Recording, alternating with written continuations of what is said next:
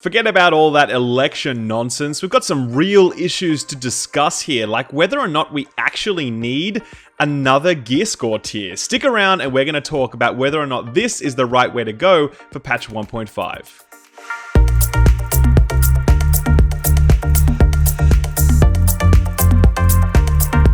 What's up guys, it's Skill Up here, and today we're going to be talking about the fact that a new gear score tier is on the way in Survival patch 1.5. Now, just as a bit of background to this for anyone that is not aware, patch 1.5 is actually going to introduce a new tier of items. So right now, items max out at 229 gear score. And in the future, in patch 1.5, they're actually going to go up to 256 gear score. And just to be super clear, this happens at the same time for everybody that is on PlayStation 4, Xbox, and PC. So everyone is going to get that new access to that new item tier, but only Xbox and PC players are going to get access to the survival game mode at the beginning. PS4 players will have to wait 30 days or roughly before they get access to the survival game mode. So typically, and in most games, getting a new item tier would be cause for celebration. Everyone loves new stuff. It's always exciting to be grinding for your new gear and getting new things. But here in the Division, things are much different. The kicker with this, of course, is that there's only one new gear set being introduced in patch 1.5, and while there are a number of new weapons, there's going to be a lot of the old weapons as well. What this means for a lot of people is that a gear score increase really only means you are grinding for the exact same gear, it just has more stats on it. Something that a lot of people are not particularly excited about. So I've been following all of the discussions that have been taking place around this for the last little while on Twitter and on Reddit, on official forums, a whole bunch of places, and there are really two main concerns that I think a lot of people are bringing to the table when they voice concern about why a gear score increase in patch 1.5 is not a good thing. The first is that it's very much a shifting of the goalposts very soon after patch 1.4 has landed. It's like patch 1.4 hit, you're grinding for all this gear, it's all cool and fun and exciting, and then hey, like literally 2, 3, 4 weeks later, you are now grinding for exactly the same gear at a higher gear score.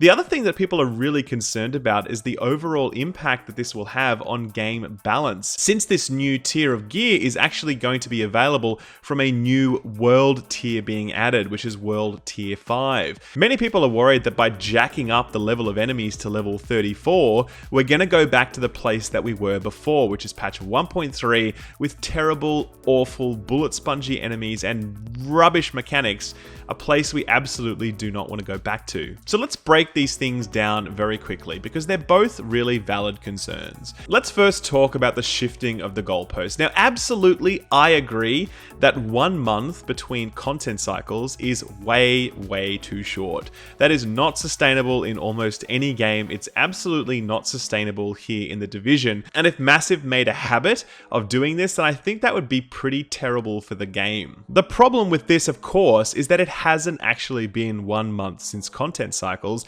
It's actually been 5 months since patch 1.3, which introduced the Underground and Dragon's Nest incursions. That was the patch that introduced 268 items and 229 weapons. That came out a full 5 months ago now, which sounds crazy when you say it aloud, but it's actually been that long. So for the last 5 months, we've been using the same level gear, strictly speaking. Since patch 1.4, all it did was take those 268 items and then scale them down to 229, and it left your 229 weapons as 229 weapons. They were already at the right gear score. Now, of course, it would be really obtuse of me to say, so hey guys, it's been 5 months, whatever, just get over it. But that's obviously not true.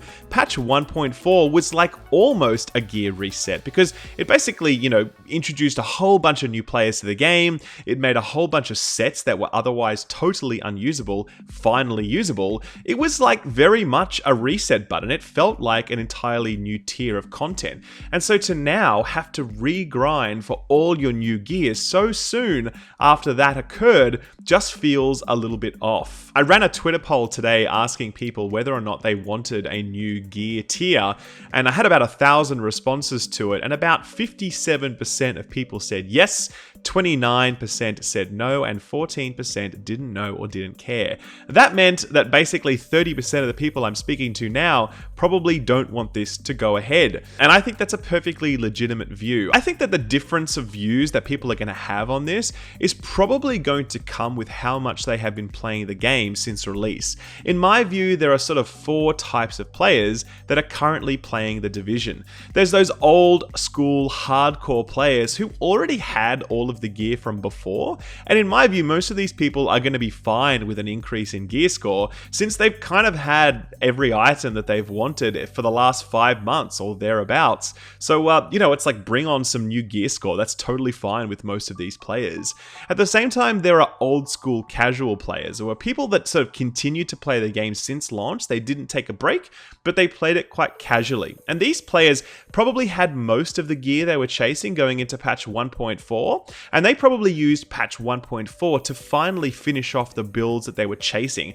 And there's probably a really good chance that there's some mixed opinion within this group, because, I'm sure some of those people want new gear score, and while some of them are really happy that they finally have the build that they've been chasing for months, and now they just want to go and use that build, they want to feel powerful, they want to go and use it in the dark zone, they want to have fun with it, The other category of players, I think there's 2 of them, is kind of new players and also returning players. And I think it's probably this group more than any other that are very frustrated with this change. These are the players that have come back to the game, or they've just started playing it, and they've grinded their hearts out since the release of patch 1.4. They've been like, yep, cool, let's do this, this is fantastic. And now, just a few short weeks, or like literally a week after patch 1.4 has been released, they then get told that all of the work that they've put in to date is meaningless, so to speak, and that they are now going to need to replace their gear when patch 1.5 is released. No doubt this is a really, really shitty feeling for those people, because it would have been nice to know that the investment that you make is worth something in the longer term, but it seems like that's not going to be the case here. Now, as you're probably sensing from the way I'm talking about this, I really believe that everyone's view here is valid, and I think it's a very sticky wicket for Massive. Again, it's a very English phrase for you guys there, but it's basically one of those intractable problems that there's no easy solution to. Someone is going to be disappointed regardless of what they do, but personally, for my money, I do think there needs to be a gear score increase for 2 main reasons. First of all, we weren't actually meant to get any kind of gear score change in patch 1.4. Like, patch 1.4 was sort of meant to be survival, right? Patch 1.4 wasn't meant to exist. There wasn't meant to be some special bumper patch that kind of came along and completely rebuilt the game. Patch 1.4 was meant to be survival, and that was meant to be the gear score increase patch. So in this way, I kind of think we need to put what patch 1.4 was into the broader context of the game's life cycle, and say that a gear score increase, would have been required at around that time in order to give long-term players something to grind for. I do feel like 5 months is a very, very long time to ask these sort of hardcore long-term players that didn't take a break to hold on to their gear and not get anything new. I think those players in particular do deserve something, but at the same time, for players that are new and returning to the game, I also think it's good for you guys to get this new tier of gear, because this is the last tier of content that we are going to have until sometime next year. They have said that survival is going to drop early in the new year. I mean, I expect it's going to be somewhere around February or March. I think that's sort of the indications they've been sort of dropping out there. I think Ubisoft in their earnings call said we can expect it